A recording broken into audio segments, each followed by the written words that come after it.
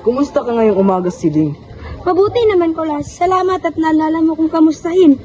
Siling naman, bakit ganyan mong sagot sa akin? Sapagkat pagdilat ng iyong mata sa umaga, wala ka ng ibang naisip na kamustahin kundi ang iyong tinali. Tila mas mahal mo pa yung tinali kaysa sa akin. Ano ka ba naman, Siling? Wala lang mas mahal pa sa akin sa buhay na ito, kundi ang aking asawa. Siya nga ba? Ngunit pag nakikita kong hinihimas mo yung tinali sa umaga, ibig ko nang mainggit at magselos. Ngunit, Siling, alam mo namang kaya ko lang inalaga ang aking mga tinali. Ito ay para sa atin din. Sila ang nagdadala sa atin ng grasya. Grasya ba o disgrasya? Huwag mo sanang angkutin ng nakaraan. Ako'y nakapagtalo noong nakaraang araw sapagkat noon ay hindi pa ako biyasa sa pagpili at paghimas ng manok. Ngunit ngayon ay marami na akong natutunan mga bagong sistema. At noong nakaraang linggo nung ikaw ay matalo, hindi mo pa ba alam ang mga bagong sistema? Iyon ay disgrasya lamang, Siling. Alam mo, kagabi, na napanaginip ko kung ako ay hinabol ng isang kalabaw na puti.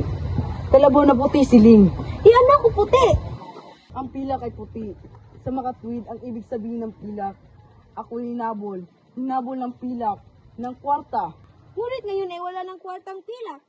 Meron pa, nakabaon lang. Kaya walang duda, Siling. Bigyan mo lamang ako ng 5 piso. Ngayon ay walang sanang magkakakwarta tayo. Ngunit Kulas, hindi ka ba nadadala sa mga panaginip mong yan? Noong isang buwan, ikaw ay nanaginip ng ahas na numero 8 at ang pinatakasi mo noon ay ang sa taon ng 8 Pebrero. At ang sabi mo ay kwarta na. Ngunit anong nangyari? Natalo ka ng 6 na piso. Oo nga, ngunit ang batayan ko ngayon ay hindi lamang panaginip. Pinag-aralan ko mabuti ang kaliskis at tenga ng manok na ito. Ito ay walang pagkatalo, Siling. Ipinapangako ko sa iyo, walang salang tayo ay mananalo. Kulas, natatandaan mo bang ganyan-ganyan na sinabi mo sa akin noong isang linggo? Tungkol sa manok mong karisain? At ano ang nangyari? Nagkaulam tayo ng pakang ng manok. Sinabi ko na ngayon ay disgrasya. Sige na, Siling. Ito na lamang. Kung natalo pa ang manok na ito, hindi na ako magsasabong. Totoong totoo? Totoo. Sige na. Madali ka at nagsusultada na. May katrato pa ako sa susunod na sultada. Pag hindi ako dumating, kaya. O bueno, kung sa bagay, magtatago lamang ako ng pera. O heto, huwag mo sana akong sisihin pag naubos ang pinagbilhan ng aking palay. Huwag ka mag-alala, Siling. Ito'y kwarta na. Siguradong sigurado. O bueno, diyan ka muna. Kumusta ka pala? Kumusta eh? Siling, binis-binsa muna ako. Ako lamang inyong mga dali. Hindi, Siling. Eto si Siling. Bueno, diyan ka na. Hoy Siling, ano ba nangyayari sa asawa mo? Tila pupunta sa sunog. Ay, Siling, masahal pa sa sunog ang pupuntahan. Pupunta na naman sa sabungan. Siling, talaga ba? Teka lang, Siling ha? Stevan! Stevan! Ano po yun nalang, Siling? Hoy, ito tiba, 5 piso. Pumunta na naman ang amo mo sa sabungan. Padali, ipusta mo yan. Madali ka at baka mahuli ka. Ipusta ang 5 piso? Ano ito, Siling? Ikaw man ba'y naging sabungera na rin? Si Siling naman. Hindi ako sabungera, ngunit sa tuwing masasabong si Kulas, pupusta rin ako. Ah, hindi ka sabungera. Ngunit, pumupusta ka lamang sa sabong. Hoy, Siling, ano ba si pinagsasabi mo? Oh boy, na Siling, umupo ka muna at ipaliwanag ko sa'yo. Ngunit, huwag mo ito ipaalam. Dali naman. Oo, huwag kang mag-alala sa akin. Alam mo, Siling, pupusta ako sa sabong upang huwag ka rin natalo. Ah, pumupusta ka sa sabong upang huwag kayong matalo? Siling, pinaglaruan mo yata ako. Hindi. Alam mo, marami kaming kwartang nawawala dahil sa kasabong ni Kulas. At nag-aalala ako kung darating ang araw na magtitintil kami ng asin. Sinubukan ko siya pigilin, ngunit madalas kaming magagalit. Upang huwag kaming magagalit at huwag maubos ang aming kwarta, umisip ako ng paraan. At isang buwan na ngayon ay sa tuwing pumupunta si Kulas sa sabungan, tuwing pumupunta siya sa manok niya, ay pupunta din si Esteban para pumusta sa manok ng kalaban.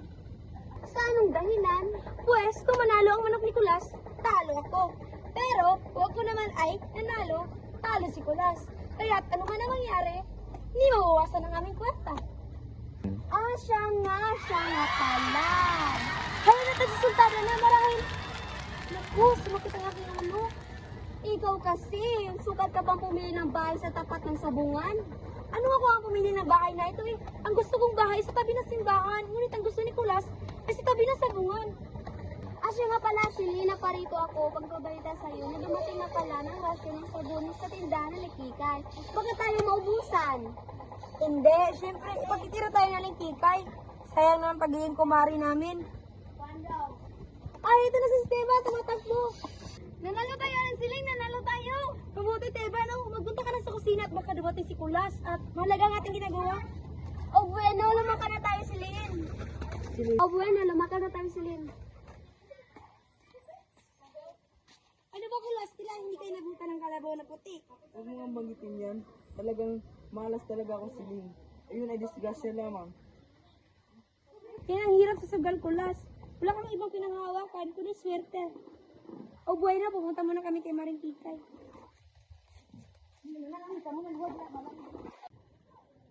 Uy, Kulas, kamusta ka? Ay, Castor, at lagi na lamang ako natatalo. Talagang ako'y malas. Akalain mo bang kanina'y natalo pa ako?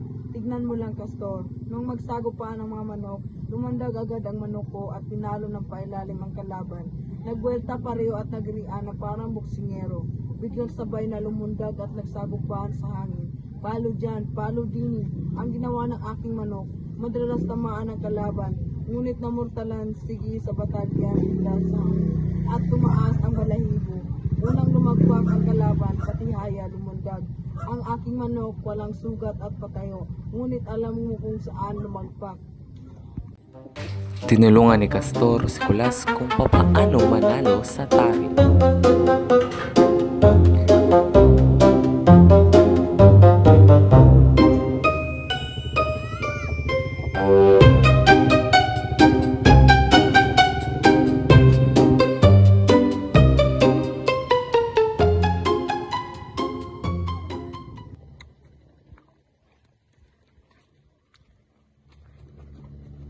Ano ba yan?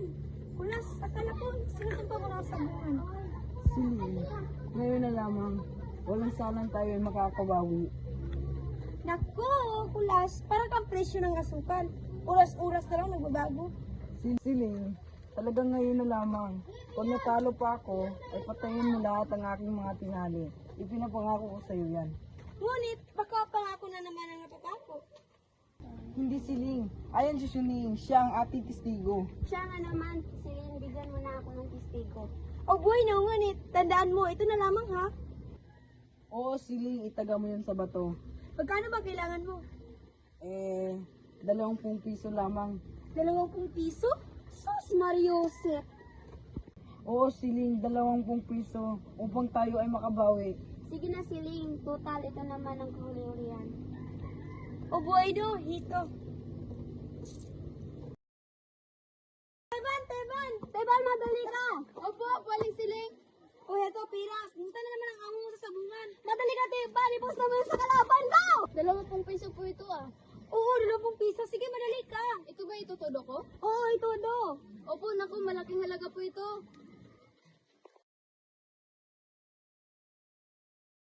Ikaw kasi, Shuning, bakit mo pa inayunan si Kulas? Hindi bale, total wala naman kayo sa pagkatalo. Kung sa bagay, ngunit, hindi lamang kwarta ang aking pinagdaramdam. Ano pa? Ang iba pa masasamang bunga ng bisyo. Shuning, alam mo namang ang bisyo ay nagbubuntot. Karaniwang kasama ng bisyo ay ang pagdaraya, pagnanakaw at kung ano-ano pa. Ngunit nangako naman si Kulas na ito nang huli. Oo nga, pero isulat niya sa tubig ang pangakong yan. Ang hirap sa'yo, Siling Hindi mo tigas ang loob mo. Tingnan mo ako. Nung aking asawa ay hindi makatkat sa monte, pinuntahan ko siya sa isang araw sa kanilang club.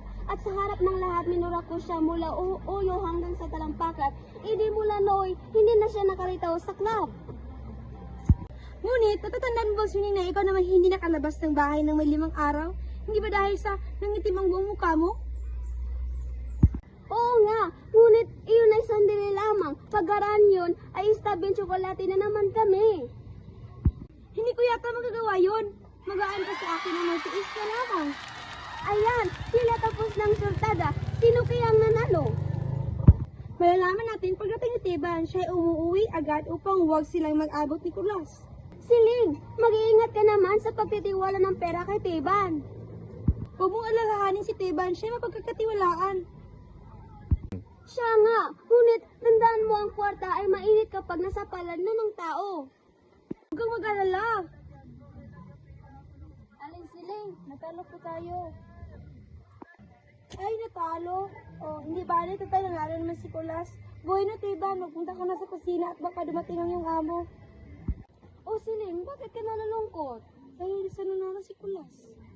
Oo ano ngayon? Kinanalo si Kulas, kinamanalo ka. Hindi naman mababawasan ang iyong kwarta. At ikaw pa rin lamang ang makahawak sa support. Oo nga, ngunit ang alaala ko ngayon, manalo si Kulas, lalo siyang maninikit sa sabungan. Talagang maganang paraan mo ngayon, Siling. Siya nga. Ay, Siling. Talagang napakasama ang aking swerte. Hindi na ako magsasabong kailanman. Ha? Ano ka mo? Talagang buwisit ang sabong. Isinusumpa ko na. Ngunit Kulas, hindi ba tanalo ka? Hindi natalo ako, natudas ang 20 piso. Huwag mo akong ululin Kulas, alam kong nanalo ka. Sino man nagsabi sa'yo na ako'y nananalo? Bakit ba ako nakinig sa buwisit na si Castor? Kulas, hindi mo makukuha sa drama, isa o 5 piso. Diyos na mawain. Saan ako kukuha? Teka Kulas, baka ito na ba ay meron ng Kulas sisi at ikiyato ka 20 piso? Siling, ano bang kaulunan nito? Isinumpa kong natalo ang 20 piso. Sino ba baga ang nagkwento sa'yo na ako'y nananalo? Sa Teba, nanggaling siya sa sabungan. Ah, teka, Siling, baka si Teban ang kumupit ng kwarta. Teban, Teban! Ano po yun? Teban, hindi ko malain ko ay magnanakaw. Magnanakaw? Ako? Bakit po? At bakit pala? Isauli mo rito ang pera. Alin po pera? Ang 20 pisong dinala mo kanina sa sabungan. Aba, natalo po eh.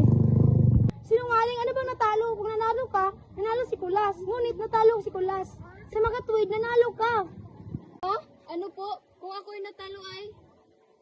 Dahil kayo, tila gumugulo ang salitaan. Teban, kumusta ka ba sa sabong kanina? Opo. Saan ka nagnakaw ng kwarta? Kay Aling Siling po. Ah, nagnakaw ka kay Aling Siling? Eh hindi po, pinapusta po ako ni Aling Siling. Ah, ganun. Hoy, Siling, pinipigilan mo ako sa pagsabong, ngunit ikaw ay sabongirang pailalim. Hindi ko las, kung po salamat si Siling sa kalaban ng manok mo. Ah, at ako pa'y kinakalaban mo pa, ha? Huwag kang magalit, Kulas. Pupusta lamang ako sa manok na kalaban upang matalo ka o manalo. Hindi tayo nawawalan. Makatwid, kahit pala nanalo ang aking manok, ay baliwala rin. Siya nga, at kahit naman matalo, bali, mayroon din. Sayang lamang ang kahihimas at kabubugak ko ng usok sa manok, ako pala'y parang ulol na. Teka muna, liwanagin muna natin ang 20 piso. Teban, saan mo dinala ang pera? Siling, ako man ay natalo sa pinupustahan sapagkat sa manok na kalaban din ako pumupusta. Naku! At lalong na blackout! Pupusta ka sa manok ng kalaban mo? Oo, alam mo'y pinaliyaan ko ang aking tinali upang siguraduing matalo at pumusta ako sa manok ng kalaban. Ngunit kabibitaw pa lamang, tumakbo na ang diyasking manok ng kalaban at nanalo ang aking manok. Kung gusto mo'y manyupi, ikaw ngayon ay matitiyupi. Aba, nagtawa pa. Siya nga, bakit ka nagtatawa, Siling? Sapagkat ako'y tuwang-tuwa, Siling. Dito ko maghapunan na mayang gabi. At aanyahan mo sila kumaring Kikay at iba pang mga kaibigan. Ako'y maghahanda. Ha? Maghahanda? Oo, diba, nihanda mo ang palayo ka at hiramin mo ang kaserola ni Ate Nina. Opo. Ngunit paano tayo maghahanda? Ngayon lang ay natalunan tayo na mahigit na 40 piso. Hindi bali, ang ibig kong ipagdiriwang ang huling paalam mo sa sabungan. Huling paalam? Oo, sapagkat ikaw ay nangako at nanumpa at bukod dyan, hindi na tayo kailangang bumili pa ng ulam. Bakit?